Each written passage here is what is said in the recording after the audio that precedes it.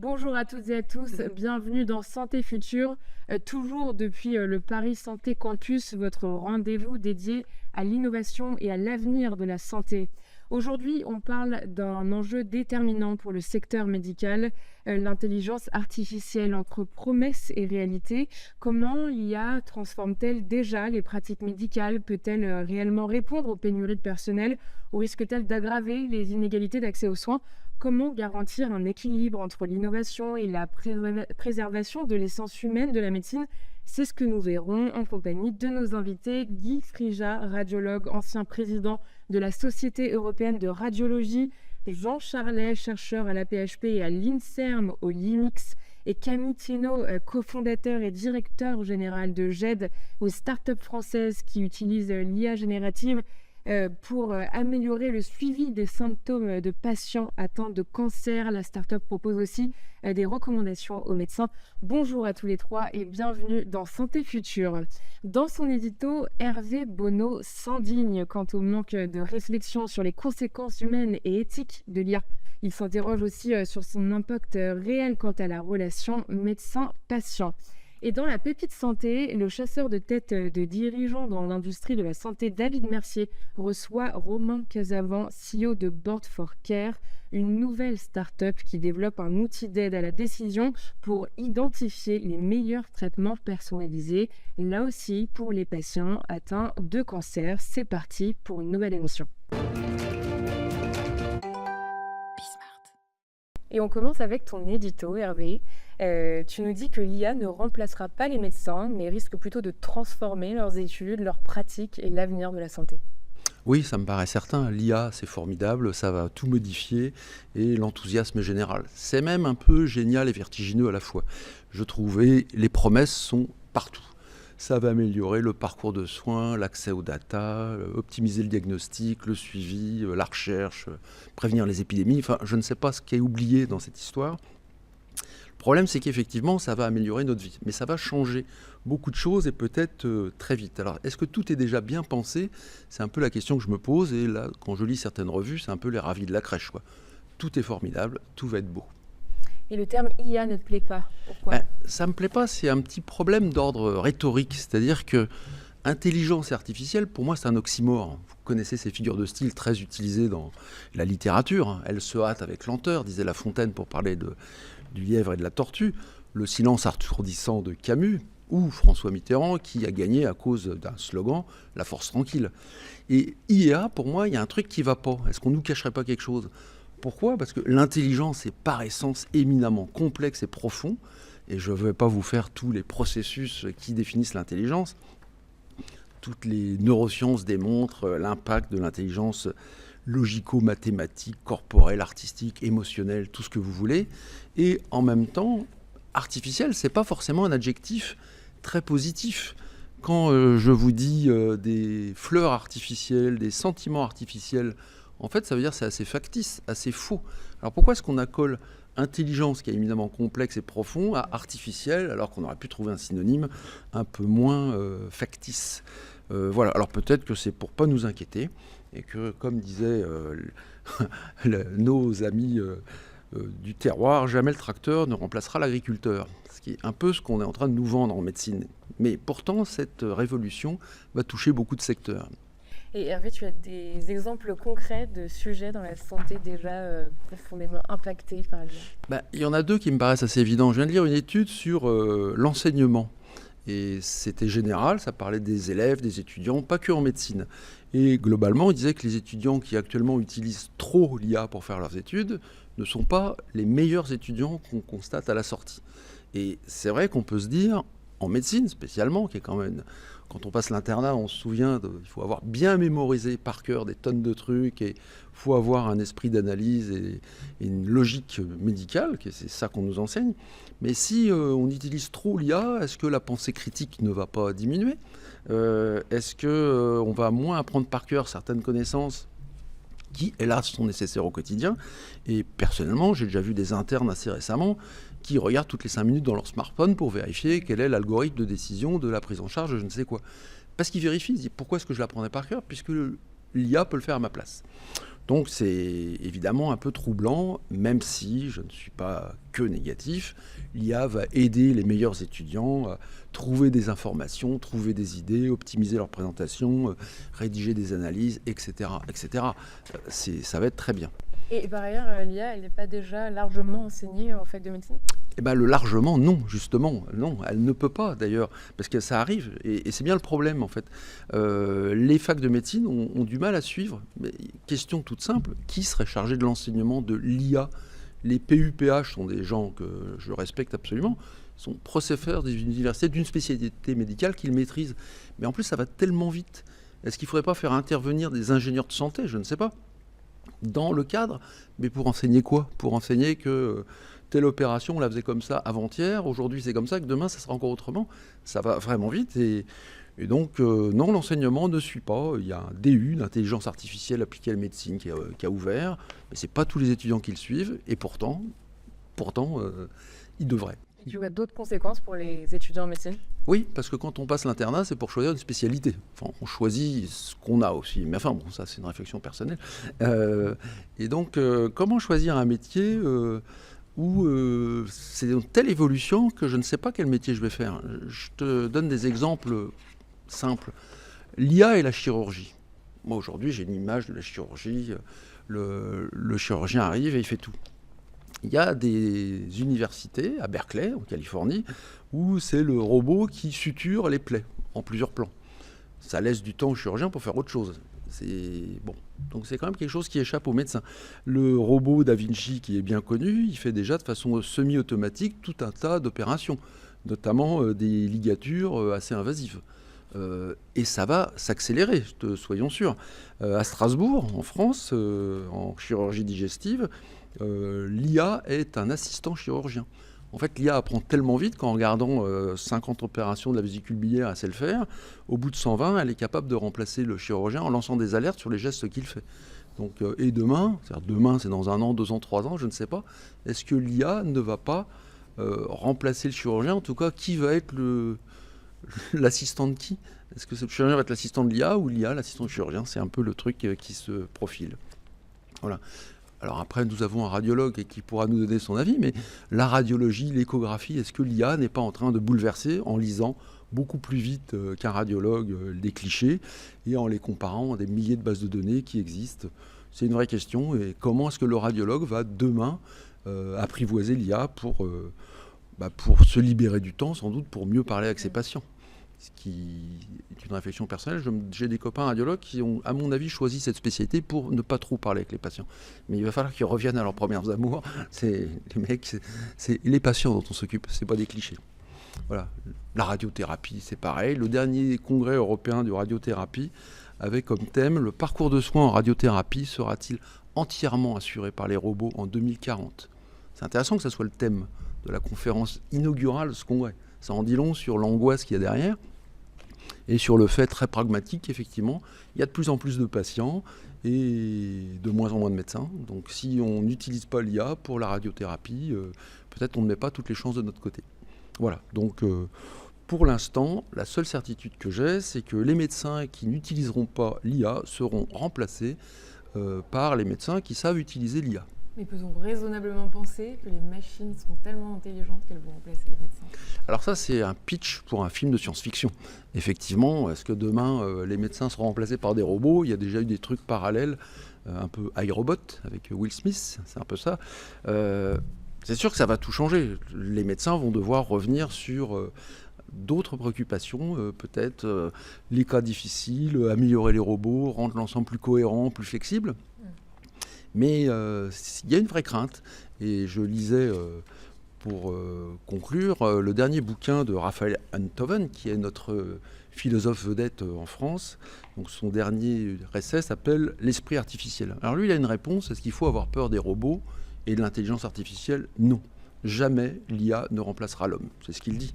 Et il dit parce que jamais l'IA ne pourra philosopher, jamais elle ne pourra se substituer à la profondeur de la pensée humaine, et jamais elle ne saura pleurer de bonheur. Et il conclut son bouquin en disant « Le jour où la machine saura pleurer, je deviendrai inquiet ». Donc la question que je vous pose, chers amis invités, face à l'IA, devons-nous rire ou pleurer ? D'une phrase, une petite réaction, Charles ? Je suis plutôt en accord avec Hervé. Par contre, gardons le syntagme. Il est vieux, il est historique, et puis réorganisons-le. On sait bien qu'intelligence artificielle, effectivement, c'est un oxymore un peu étrange, et travaillons à faire une paire médecin-machine qui travaillent ensemble. On pourrait discuter aussi de la formation, mais travaillons à ce que ces couples, machine et médecin, travaillent ensemble. Et puis, aux dernières nouvelles, en tout cas dans la loi française, c'est le médecin qui est responsable de ce qui se passe et pas la machine, et j'espère que ça continuera. Moi, je partage tout à fait ce que vous avez dit. Vous avez posé beaucoup de questions pour lesquelles on n'a pas forcément beaucoup de réponses, notamment en matière d'éducation. On pourra revenir là-dessus si vous voulez, mais aujourd'hui, on ne sait pas quoi enseigner en termes de d'IA. Je ne pense pas qu'il faille enseigner aux étudiants en médecine les méthodes de l'IA. Il faut leur enseigner comment se servir de l'IA, les limites de l'IA, comment est-ce qu'on manage l'IA, je crois. On peut revenir là-dessus si vous voulez. Et moi, je suis persuadé que les progrès de l'IA sont tellement phénoménaux qu'on ne va pas être capable de les arrêter. Donc, il faut que nous, en tant qu'humains, on s'adapte à l'IA, mais c'est illusoire de dire qu'on va être capable de stopper les progrès de l'IA pour prendre à la place quelque chose de plus humain. Donc, c'est à nous de nous adapter pour répondre à cette contrainte. Merci beaucoup, vous avez bien répondu au brief, c'était concis. Merci beaucoup Hervé. Merci à vous, bon débat. Le mois prochain et on passe au débat. L'IA transforme déjà la médecine, mais quels enjeux soulève-t-elle pour l'accès aux soins et la relation soignant-soigné face à l'innovation? Comment préserver l'essence humaine de la médecine? C'est le thème de ce débat. Pour commencer, une question pour vous, Guy, et puis tout le monde pourra réagir. Avant toute chose et très concrètement, dans quelle mesure l'IA transforme-t-elle déjà la pratique médicale? Écoutez, de façon très profonde. Puisque, je vais vous donner un exemple concret. L'hôpital Erasmus à Rotterdam, qui est parmi un des hôpitaux européens les plus réputés, ils viennent d'acheter un système pour l'interprétation des clichés de thorax. Ils en font 100 000 par an. Parce que vous vous rendez compte, 100 000 par an. On n'a pas la main-d'œuvre pour le faire le travail, et donc ils ont mis en route ce processus de lecture des clichés de thorax par intelligence artificielle, dans l'objectif, bien sûr, de détecter tout ce qui est anormal, mais dans un pays où il y a beaucoup de fumeurs, par exemple, de détecter des cancers du poumon de stade précoce. Donc voilà un exemple concret. Un autre exemple, il y a de très nombreux hôpitaux en Europe et en France également, où il n'y a pas de radiologue 24 heures sur 24. Et c'est très important d'interpréter les clichés de squelette, parce que les gens viennent aux urgences en général parce qu'ils se font un bobo, ils ont mal, est-ce qu'il y a une fracture ou pas. Et ces systèmes déjà sont utilisés dans de nombreux hôpitaux. Donc voilà deux exemples concrets. Charles? Alors moi je suis pas au niveau des systèmes qui fonctionnent. D'un point de vue réflexion de base, on sait que c'est les systèmes qui vont traiter l'imagerie qui vont rapidement mieux marcher que les autres et qui déjà marchent mieux que les autres, alors que les systèmes où on traite les données cliniques, il y a d'autres soucis un peu plus compliqués. On nous a mis dans les journaux un système d'IA qui avait passé l'examen médical aux États-Unis, mais sauf qu'on lui avait donné les données et que l'examen clinique avait déjà rendu les données. Or, l'examen clinique, c'est peut-être la chose la plus importante que doit apprendre un médecin. Donc, il y a des choses comme ça qui vont peut-être attendre un peu pour que ça marche bien. Par ailleurs, nous, par contre, les outils d'IA, on les utilise tout le temps. C'est-à-dire, on met en place des entrepôts de données de santé, ce que tous les CHU sont en train de mettre en place en France et probablement en Europe. Et dans ces entrepôts de données de santé, on a besoin d'outils pour traiter les données, pour permettre les essais cliniques. Et ces outils, nous, on utilise des LLM, on utilise des tas d'outils d'IA, mais en tant qu'ingénieur d'IA, pour mettre à disposition des médecins leurs données de la meilleure façon et dans le meilleur format qui soit le plus utilisable. Camille, du point de vue de l'entrepreneur, pardon. Et après, alors, du point de vue de l'entrepreneur, là, on a parlé de l'IA dans la partie diagnostic, on a parlé de l'IA dans la partie recherche. Et c'est vraiment les deux domaines de l'intelligence artificielle où c'est le plus poussé actuellement, mais il y a d'autres domaines qui apparaissent où l'IA fait de plus en plus de progrès. Alors que ce soit dans le soin, ça c'est particulièrement vrai en radiothérapie, où l'IA permet de cibler les tumeurs de manière très précise lorsqu'on fait des sessions de radiothérapie. Donc on n'est plus dans le diagnostic, on est dans dans le soin.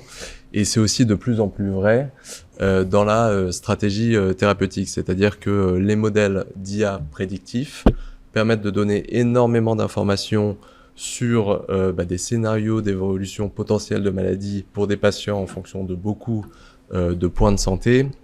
Et cette information permet aux médecins de mettre en place des stratégies thérapeutiques qui soient plus pertinentes et de faire ce qu'on appelle en oncologie de la médecine personnalisée, c'est-à-dire des traitements qui correspondent vraiment à une personne donnée par rapport à l'ensemble des personnes qui pourraient avoir a priori les mêmes symptômes. Donc ce qu'on observe, c'est que ça a commencé par le diagnostic, beaucoup en recherche, mais ça s'étend au-delà de ça pour le soin, pour la stratégie thérapeutique.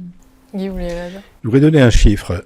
Sur les 1000 systèmes d'intelligence artificielle qui ont été certifiés par la FDA, qui est l'organisme de certification nord-américaine, 1000, il y en a 80% qui sont consacrés à l'imagerie. Deuxième point, un bénéfice considérable de l'intelligence artificielle, c'est dans les pays sous-développés. Et vous allez voir qu'on va pouvoir importer ce bénéfice chez nous. Le dépistage de la tuberculose aujourd'hui repose sur la pratique d'un cliché de thorax interprété par un système d'intelligence artificielle à distance. Et ensuite, bien sûr, revu. Donc déjà, si vous voulez, l'intelligence artificielle permet à la technologie, à l'imagerie, d'aller auprès des patients. Un deuxième exemple, les ultrasons, les examens échographiques qui sont fondamentaux pour suivre la grossesse et la délivrance. Et vous savez que dans ces pays-là, la mortalité périnatale est extrêmement élevée, effroyable. Eh bien aujourd'hui, on a des systèmes d'ultrasons qui permettent de faire l'examen automatiquement et d'envoyer les données pour que celles-ci soient interprétées à distance. Alors cette possibilité pour l'intelligence artificielle d'aller auprès du malade, eh bien je crois qu'il faudrait qu'on soit un peu inventif pour essayer de régler des problèmes d'accès aux soins en France, par exemple. Oui, mais parce que néanmoins, certains disent que l'IA pourrait exacerber les inégalités d'accès aux soins en raison de coûts technologiques. Est-ce que c'est une inquiétude que vous partagez sur cet aspect-là ? Non, moi je pense que c'est le contraire. Au contraire, si vous voulez, l'IA va permettre aux techniques d'aller auprès du malade, alors qu'aujourd'hui, si vous habitez dans certaines provinces en France, il faut faire 50 km pour avoir un examen radiologique et il faut attendre 3 mois. Mais ça va représenter un coût. Tous les hôpitaux ne pourront pas en bénéficier. Vous savez, installer un appareil portable de rayons X et un appareil d'ultrasons, et aujourd'hui, on fait des appareils d'ultrasons portables également qui coûtent pas trop cher. À mon avis, c'est plus un problème, si vous voulez, de maturation au niveau des professions et des pouvoirs publics pour se dire, tiens, c'est vrai, on pourrait être complètement innovant là et essayer de trouver des systèmes pour combler cette difficulté d'accès aux soins. Effectivement, c'est pas, le coût est supportable s'il est pris en charge par la sécurité sociale. C'est-à-dire si le dispositif qu'on met en place est considéré comme un dispositif médical, avec le nerf de la guerre remboursé par la sécurité sociale, même si c'est à 60-70%, on n'aura pas trop d'inégalités d'accès. En même temps, on est dans des périodes où les inégalités d'accès sont déjà là et sans l'IA, donc on a d'autres problèmes. Après, la réalité, c'est que les coûts de calcul, les coûts d'inférence pour faire tourner les modèles sont en chute libre. Et donc, des choses qui étaient vraies il y a 2 ans où il fallait des centaines de millions de dollars pour avoir des modèles à peu près performants, ça se transforme de plus en plus en centaines de milliers de dollars, voire en milliers de dollars. Donc, il y a des effets d'échelle qui sont très importants et qui vont bénéficier à tous du point de vue des coûts, oui. Mais aujourd'hui, les logiciels d'IA pour faire de l'interprétation à distance, c'est quelques milliers d'euros par an. C'est pas du tout c'est très faible. des centaines de milliers. Il y a un imaginaire, en fait. C'est rien du tout. Vous comprenez, dans le cadre du budget d'un hôpital, c'est rien du tout. Qui était vrai il y a quelques années, c'est juste que ça baisse. Et autre problématique, à quel point, selon vous, l'IA peut-elle réellement répondre aux pénuries de personnel médical dans certains secteurs? J'ai peur que ce soit pas à court terme quand même. Enfin, peut-être sur certains systèmes de dépistage, quoi. Mais sinon, justement, permettre que les médecins soignent mieux avec des systèmes d'IA, ça veut dire qu'ils comprennent comment marche le système. On parlait de formation. Alors, le gouvernement met en place doucement ce qu'on appelle les formations à la santé numérique. Pas que l'IA, tout ce qui tourne autour des systèmes informatiques. Et là, il y a quand même pas mal de travail. Et pour que les médecins, il faut quand même que le couple médecin-machine, comme je parlais tout à l'heure, puisse fonctionner réellement au bénéfice du médecin, du patient, pour qu'on avance, quoi. La qualité des données représente un vrai enjeu pour le développement de l'IA. Quel défi ça pose dans le domaine médical ? Ça pose plusieurs défis. Un défi qui est important, c'est de s'assurer que les qualités ne sont pas biaisées. Il y a une étude importante qui avait montré que une intelligence artificielle qui était capable de détecter des mélanomes à partir de lésions cutanées fonctionnait très bien pour les populations blanches. En revanche, elle ne fonctionnait absolument pas pour les populations noires parce que les modèles sous-jacents n'avaient pas été entraînés sur des populations noires. Donc il faut s'assurer que les modèles sous-jacents soient le moins biaisés possible pour que, in fine, on arrive à quelque chose qui puisse convenir au plus grand nombre et pas uniquement à une élite en particulier. Là, vous soulevez un point fondamental qui est la qualité.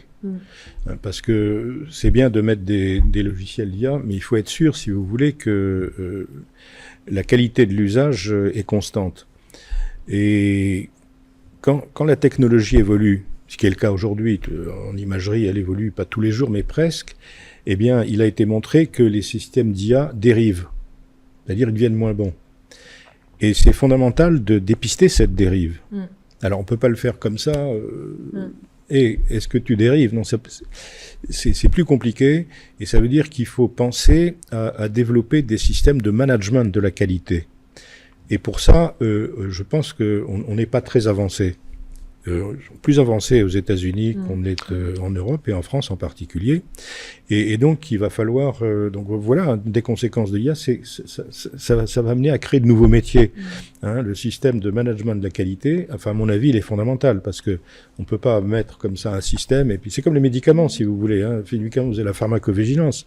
Et là, il faudrait de l'intelligence artificielle vigilance, un petit peu, quoi. Et ça, c'est un des points qui me paraît fondamentaux. Préserver la qualité.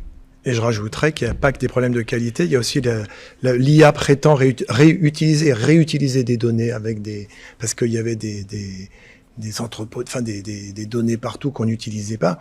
Mais il faut faire très attention à ce que l'IA utilise des données qui souvent n'ont pas été faites ce pourquoi ils les utilisent. Par exemple, donc ça c'est un peu technique, mais les gens qui sont dans les hôpitaux, ils sont codés avec le PMSI, c'est-à-dire qu'on leur a décrit une maladie. On décrit pourquoi il a été dans l'hôpital, et c'est ce qu'on appelle le code PMSI.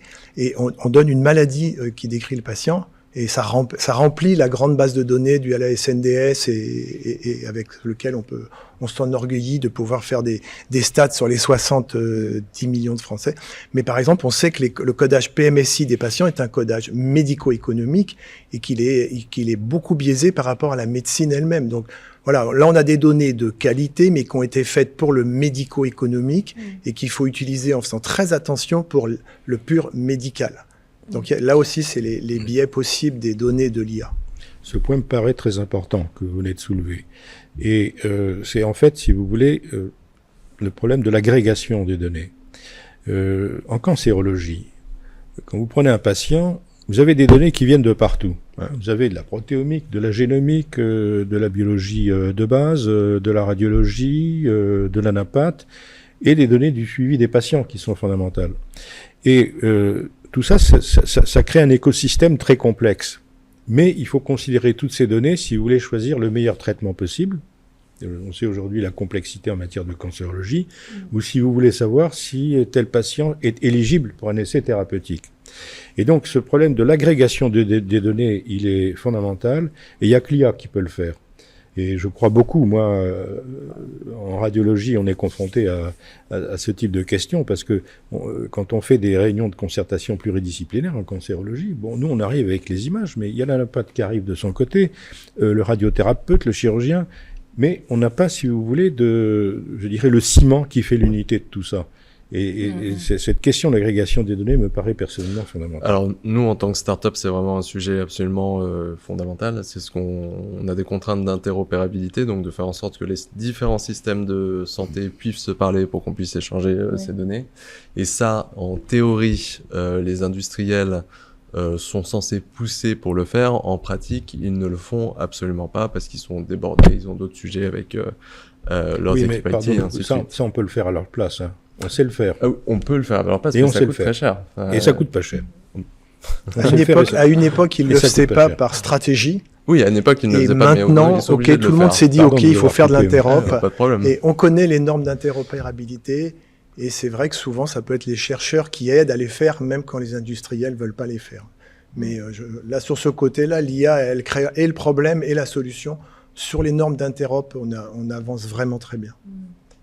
Et vous pensez qu'il y a des freins culturels ou organisationnels qui existent lorsqu'il s'agit de collaborer entre ingénieurs, médecins, régulateurs? Alors, il y a une étude systémique, donc une étude qui avait analysé plein de données de différentes études pour voir quelles étaient les barrières à l'utilisation de l'intelligence artificielle du côté des médecins.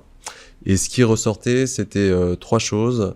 La première, c'était la perception qu'utiliser des outils d'IA allait leur rajouter de la charge de travail, ce qui était surtout vrai au début, qui est de moins en moins vrai parce qu'on comprend bien les bénéfices, mais il n'empêche que ils avaient déjà 10 outils à utiliser, il fallait en rajouter un 11e, un 12e, un 13e, et c'est pas toujours évident pour un médecin.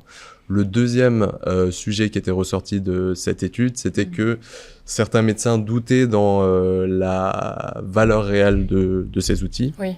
Et là aussi, il y a de plus en plus de progrès puisqu'on est capable de démontrer que les IA sont de bien plus performantes.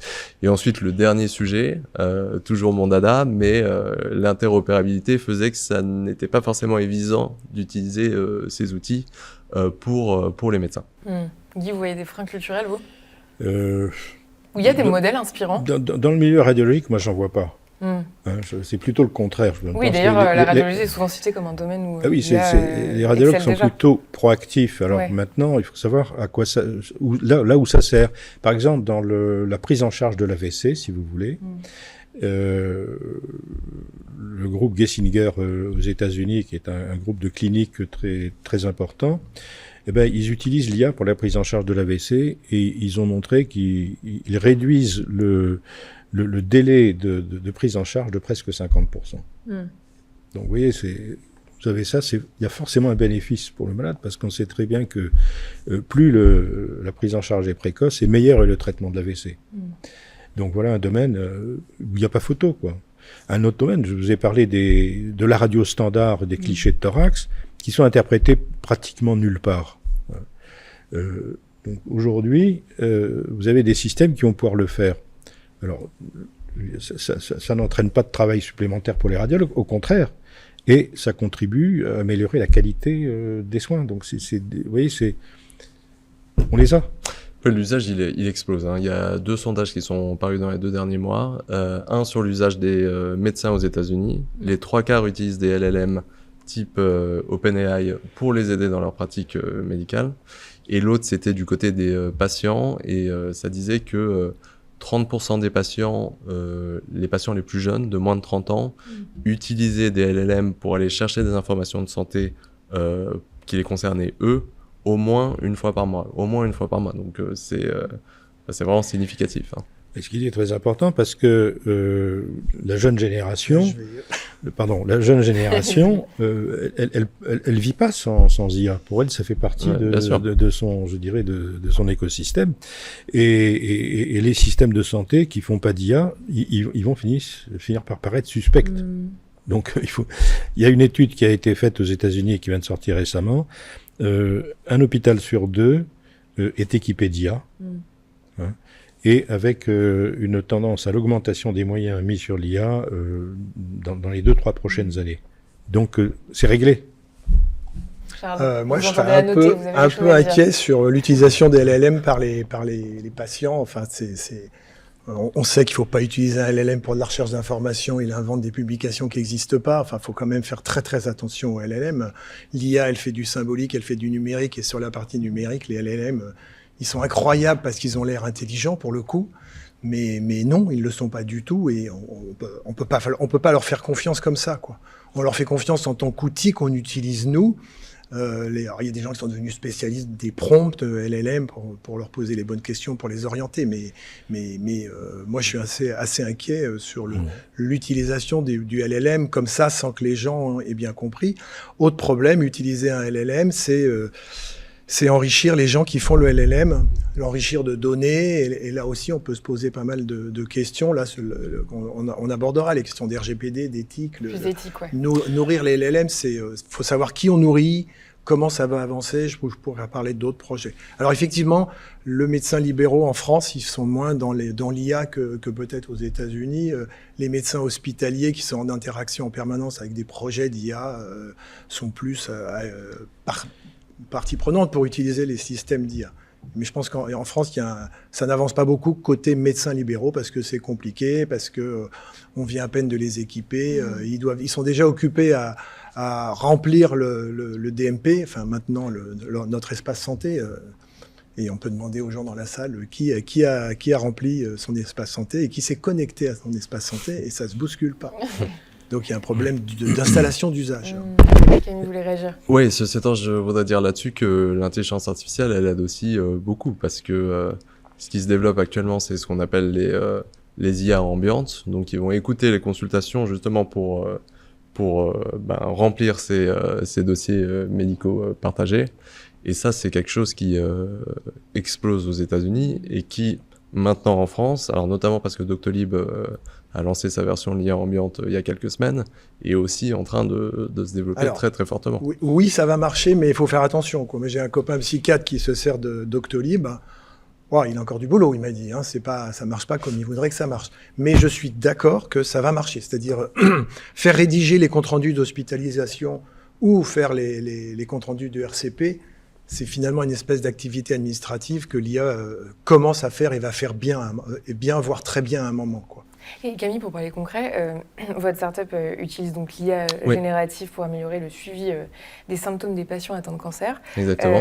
Quelles sont les principales difficultés liées à l'intégration de l'IA dans le processus de prise de décision thérapeutique ? Alors nous, on s'est posé beaucoup de questions, et justement l'une des questions qu'on s'est posées, c'est est-ce qu'on ne pose que des questions fermées aux patients, qui permettent quelque part de guider où est-ce qu'on veut emmener l'IA derrière, ou est-ce qu'on les autorise à aussi proposer des inputs libres, des champs de texte libre ou des champs audio libres.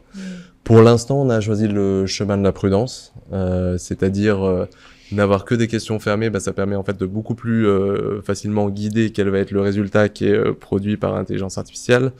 Mais je pense que il faut pas qu'on se leurre, on va forcément aller à terme vers des systèmes plus ouverts qui vont inclure des éléments qui sont ramenés par les patients, qui ne sont pas uniquement des questions oui, non, 1, 2, 3, mais je pense que ceci, et je n'en ai pas parlé, et il va falloir qu'on soit effectivement capable de les prendre en compte.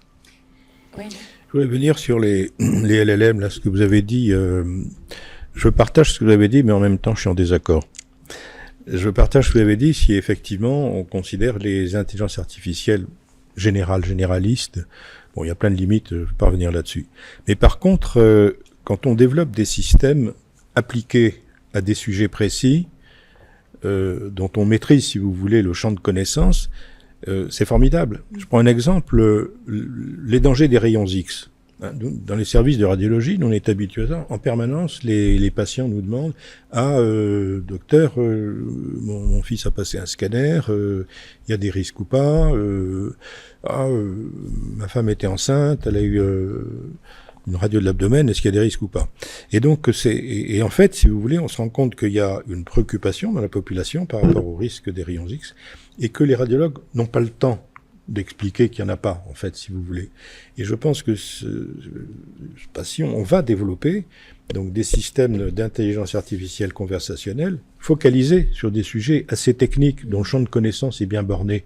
Et là, je crois qu'il n'y a pas de critique à faire, vous voyez, parce qu'il n'y a pas de risque, quoi. C'est un champ de connaissance qui est connu. Alors, je vais pas être en désaccord.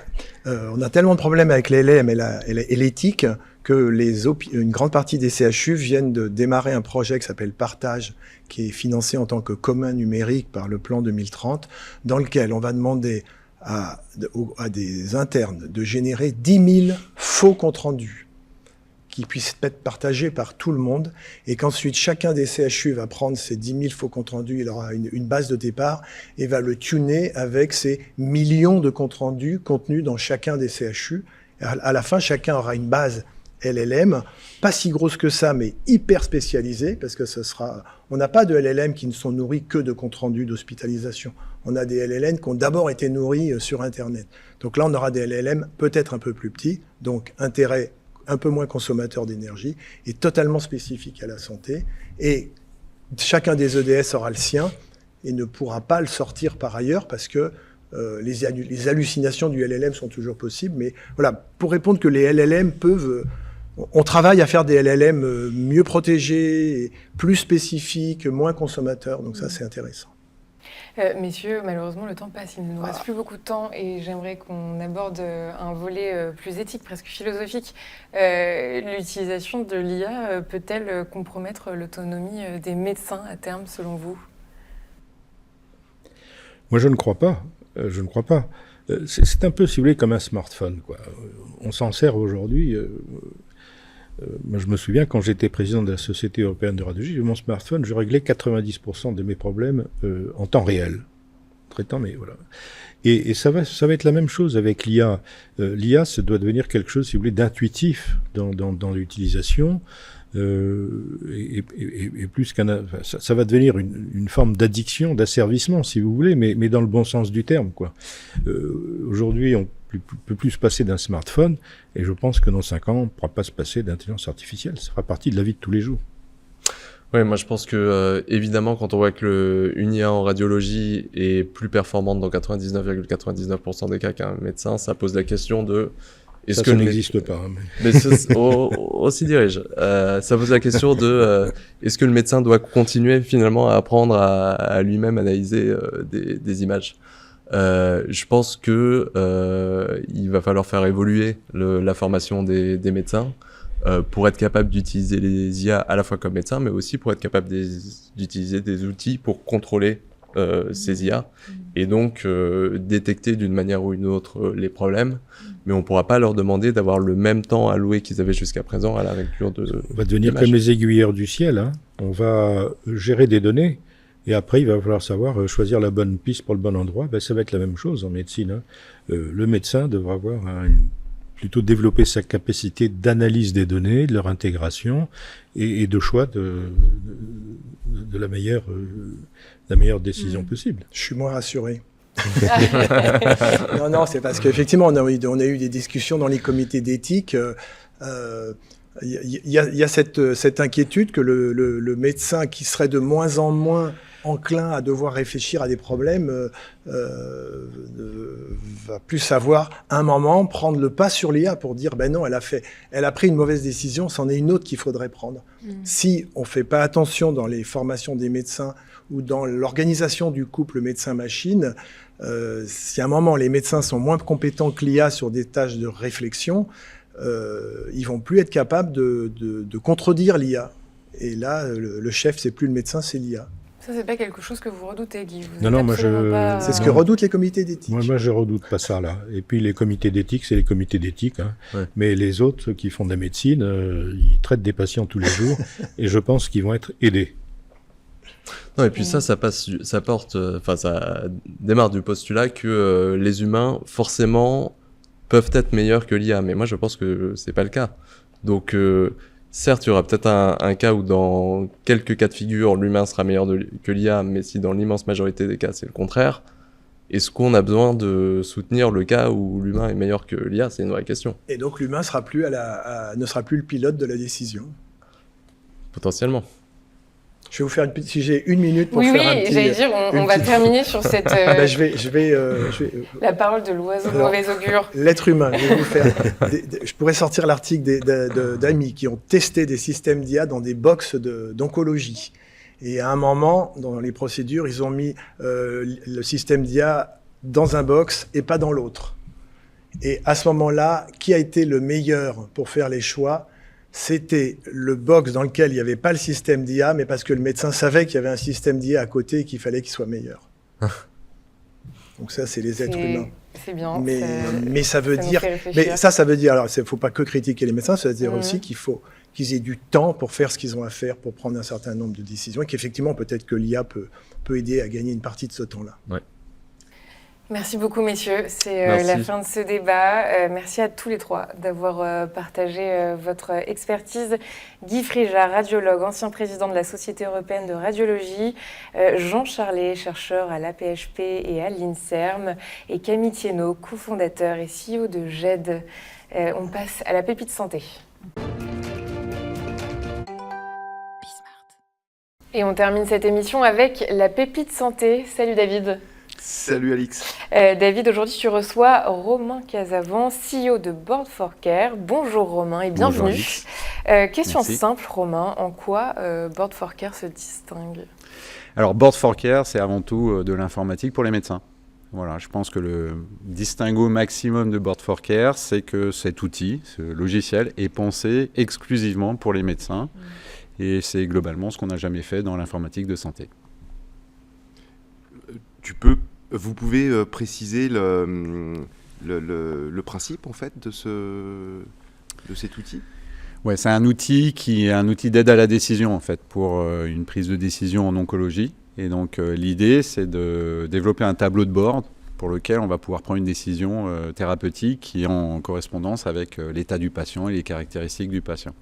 Et tout l'enjeu, c'est qu'aujourd'hui, il y a 3-4 logiciels pour pouvoir agréger toutes ces données au même endroit. Et nous, ce qu'on développe, c'est comme un tableau de bord dans un avion et que le pilote va pouvoir prendre sa décision tout seul. Donc c'est exactement l'objectif, avec des aspects visuels très importants. Et de surcroît, ce qui vient d'une autre expérience, c'est d'intégrer du design. Et en fait, je suis allé chercher une boîte de design de jeux vidéo pour intégrer ces éléments-là dans l'outil de telle sorte que ce soit immersif, que ce soit logique et que le médecin n'ait jamais envie d'en sortir en fait. Voilà. Alors j'ai une première question pour vous, Romain. Vous venez du monde corporate. Vous étiez CFO d'une énorme société qui s'appelle Siemens. En France. Et on vous retrouve aujourd'hui dans le monde des startups.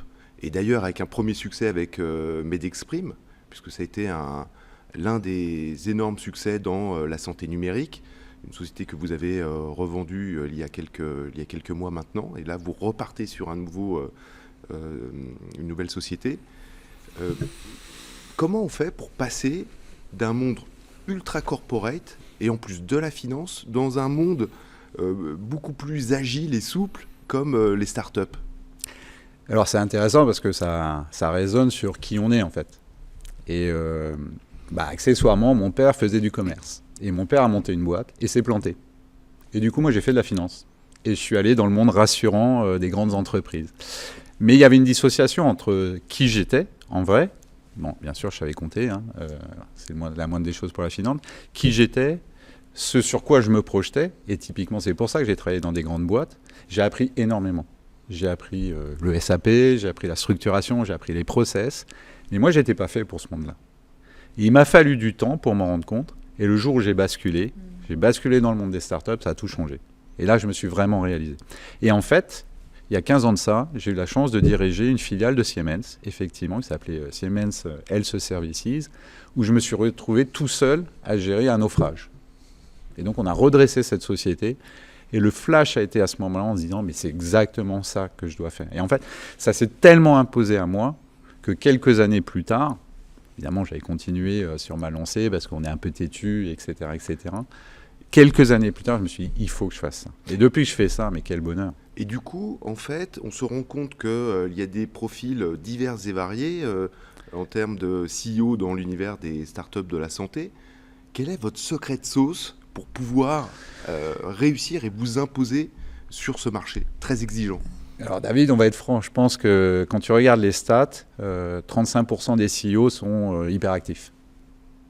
Et l'hyperactivité, ça va pas très bien avec les grands groupes donc sur lesquels... c'est pas beaucoup en fait, 35%. C'est surreprésenté par rapport à la population normale. Et donc il n'y a pas complètement de hasard, c'est-à-dire qu'on ne tient pas vraiment en place, on a énormément d'idées, on a envie d'aller de l'avant et on est un peu frustré dans les grandes sociétés. Et c'est ça le matching qui va pas bien. Du coup, je pense que la secret sauce, c'est on l'a en soi ou on l'a pas. Faut quand même aimer prendre des coups, faut quand même être extrêmement résilient. T'en as aussi beaucoup qui font des trails ou des sports d'endurance. C'est pas un hasard. C'est-à-dire que l'histoire d'une start-up, c'est je vais faire 80 bornes, mais je sais jamais l'histoire. Je sais que je vais faire 80 bornes. Je sais que je vais partir du point A jusqu'au point B. Et je sais jamais comment je vais y arriver en vrai. Par contre, je m'entraîne. Je m'entraîne. Vous faites donc le lien avec le sport. Est-ce que vous êtes un sportif accompli également ? Alors, je sais pas si je suis accompli, mais j'ai fait un Ironman, je fais de l'ultra-trail. Voilà. Et c'est exactement ça, David. Et donc, mon plan d'entraînement. C'est des valeurs qu'on peut transposer dans les qualités d'un CEO à succès ? C'est 100% la même chose. C'est 100% la même chose. On veut quelque chose, ça c'est la vision. Voilà, la vision de sa société, c'est je veux développer le meilleur tableau de bord au monde pour les oncologues. Bim, ok. Comment j'y vais ? Il y a des méthodes, il y a des points de passage, mais in fine, on ne connaît pas exactement la route. Et il faut accepter cette part de risque. Il faut accepter le fait que, oui, on va traverser sur un chemin où à gauche on se plante, à droite on se plante.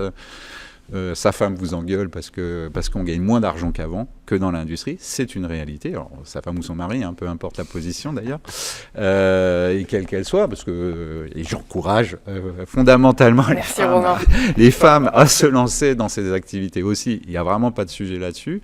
Mais l'enjeu, c'est ça, c'est de se dire, ok, j'ai une ambition, j'ai une vision, je ne connais pas exactement le chemin. Par contre, il y a des méthodes, il y a des techniques, et il y a de l'entraînement. Et on sait qu'on va en chier. Ça, c'est comme dans tous les marathons ou dans tous les sports longs. On va en chier. Mais c'est pas grave. Parce qu'on connaît et on aime plutôt ça, d'ailleurs, la douleur, à un moment donné. On s'y habitue. Ah oui, on s'habitue à la douleur. Un peu.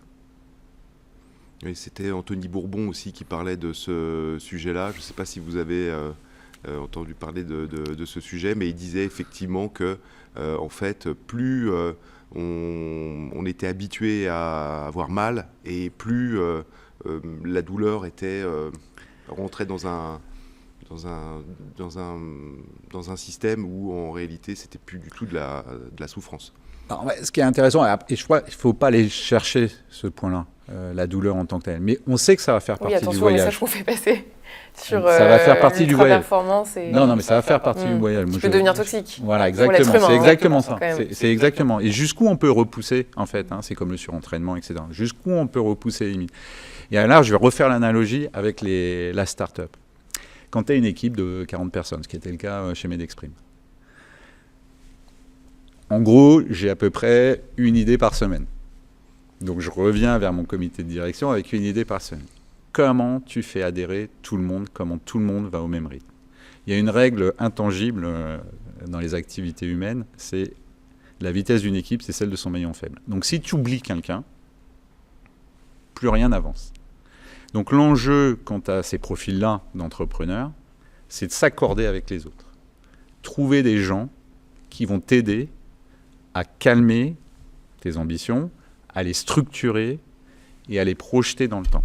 Alors justement, indispensable. Alors justement, on parle de l'accompagnement des entrepreneurs parce que seul, on ne peut pas réussir. Il y a des coachs, il y a des mentors, il y a aussi des équipes. Comment vous avez fait pour structurer votre équipe, notamment chez Medexprime, et comment vous allez le faire dans votre nouvelle structure chez Board4Care ? Alors, ça, c'est une passion. Donc, je vais essayer de développer, mais d'abord, multiculturel, inclusif au sens générationnel. Ça, c'est le discours corporate. Non, c'est une réalité. C'est une réalité. Quand tu vois des startups avec que des gens qui ont 25 ans, école d'ingénieurs, etc., je dis attention. Ah, okay. De la même façon, une startup avec que des vieux briscards, je peux dire aussi attention.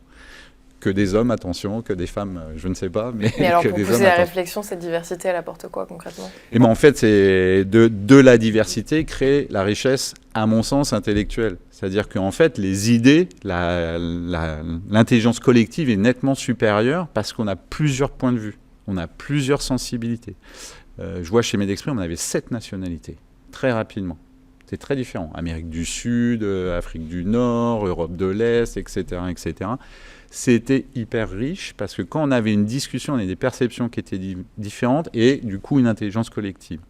On ne pouvait pas aller non plus à réfléchir forcément à 40, mais quand on réfléchissait sur des sujets à 5, 6, c'était hyper riche. Alors c'est très intéressant. Attends, je finis. Et excuse-moi, et je donne un tout petit tips sur... nous, on avait fait le pari de l'égalité homme-femme. à 100%. Et quand on est une boîte d'ingénieurs, c'est pas toujours facile au début. Donc, j'ai un peu initié au début. Je suis objectivement allé chercher 2-3 ingénieurs femmes pour commencer. Ça a été génial, parce qu'après, on avait des candidatures spontanées d'un niveau qualitatif supérieur à n'importe quelle offre d'emploi. Donc, ça a montré aussi que dans ces boîtes tech, quand on ouvre la porte et qu'on met ça comme principe, l'égalité, et en fait, ça suscite des vocations.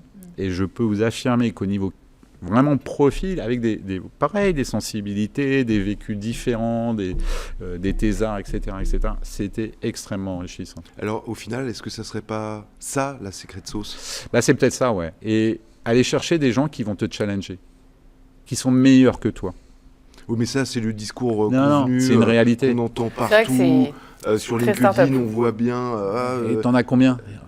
Vous en avez combien, pardon, David, dans les boîtes de vrais qui challenge?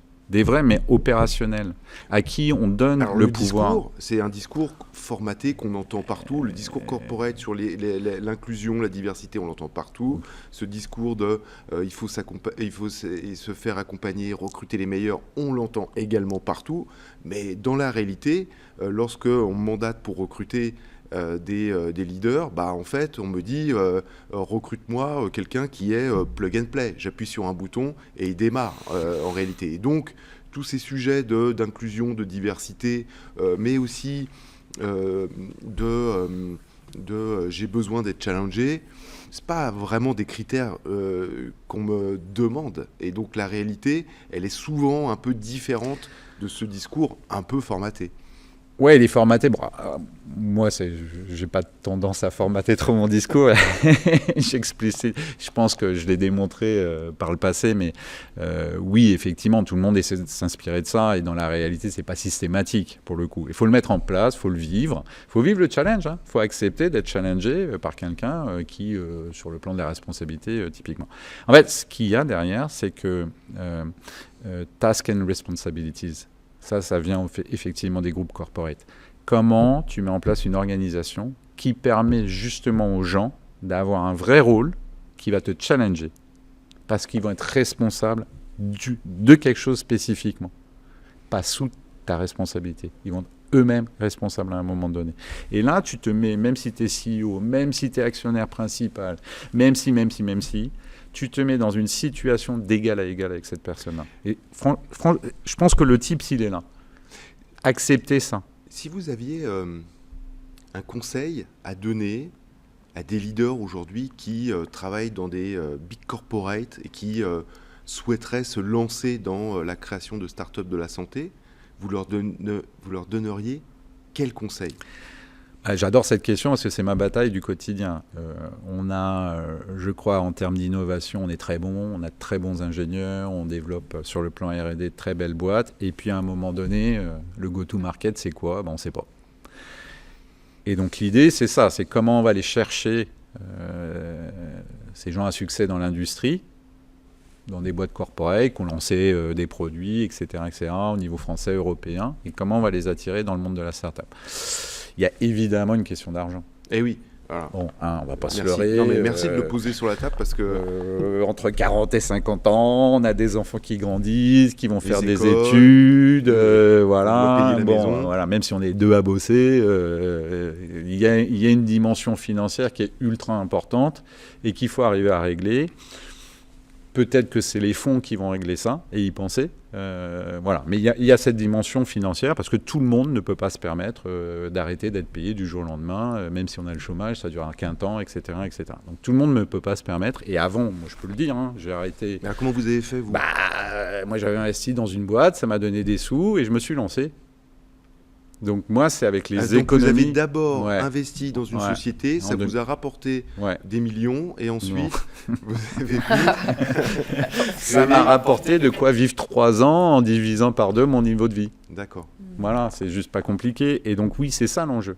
L'enjeu, c'est de se dire, OK, j'ai entre 2 et 3 ans devant moi pour lancer cette activité. Et ça va être ça, hein, on va pas rêver, on va pas gagner suffisamment. Par contre, 6 ans plus tard, on est quand même actionnaire d'une société qui est potentiellement revendable et on a financièrement à peu près retrouvé, on ne trouvera jamais ce qu'on a dans l'industrie, mais c'est normal. Et par contre, on s'éclate au quotidien comme jamais. Donc ça serait quoi le conseil qu'on pourrait donner à ces leaders de corporate ? Si on n'arrive pas à résoudre la quadrature de l'argent, ça va quand même être très compliqué, sauf s'ils en ressentent naturellement l'envie pour le coup. Mais imaginons qu'on arrive à les financer pendant 1 ou 2 ans. Ok. C'est la clé en fait. Là, c'est la clé. Là, c'est la clé. Et pour le coup, il y en a qui sont faits pour rester dans le corporate et d'autres qui sont faits pour en sortir. Et c'est cela qu'il faut aller chercher. Et là, la fusion entre les talents scientifiques et les talents de go-to-market, elle est juste géniale. Un mot sur le financement. C'est extrêmement difficile aujourd'hui de lancer une start-up de la santé et d'avoir des fonds qui suivent actuellement, parce que les fonds, ils veulent principalement suivre aujourd'hui des startups qui font déjà entre 5 et 10 millions d'euros de chiffre d'affaires avec 15% d'EBITDA. Qu'est-ce que le financier en pense ? Je crois que déjà, on est dans un monde darwinien, donc on ne va pas se le cacher. Et finalement, est-ce que c'est si dramatique que ça ? Parce que est-ce que ces sociétés avaient un modèle, un business model valable ? En fait, et ça questionne. Il y a une société là récemment qui s'appelle Radium, qui a levé 16 millions d'euros, from scratch. En l'occurrence, je connais Paul Errand, j'ai vu ce qu'il faisait depuis 2-3 ans. C'est assez génial, hein. Il a développé un foundation model pour l'imagerie, pour la radiologie, donc vraiment l'assistant virtuel typiquement pour l'imagerie, pour la radiologie. Il a levé 16 millions d'euros. Donc quand on dit c'est impossible, c'est pas vrai, en partant de ce crâne. C'est pas impossible, en fait ça oblige l'entrepreneur à se poser la question de à qui je vais vendre ce produit. Pas quel est le plus bel outil que je vais créer au monde, à qui je vais vendre ce produit et comment je vais le vendre. Et donc, ce n'est pas impossible, David. J'ai une toute dernière question pour vous, Romain. Le patient est souvent exclu dans les développements tech, des startups de la santé. Ouais. Très court, un dernier mot sur ce sujet. Il faut l'intégrer dans sa réflexion. C'est vrai qu'en Europe, ça passe quand même par le médecin, mais c'est le couple médecin-patient. C'est comment le médecin va pouvoir partager au patient cette information. Si on ne l'intègre pas dans la réflexion et dans l'outil, finalement, on passe à côté de ça. Merci. Je suis entièrement d'accord. Merci beaucoup, Romain. Merci David. Merci Romain, CEO de Board4Care, et merci à toi David Mercier. C'était la Pépite Santé. Merci au Paris Santé Campus de nous accueillir. Quant à moi, je vous dis rendez-vous le mois prochain pour une nouvelle édition de Santé Future sur Be Smart for Change.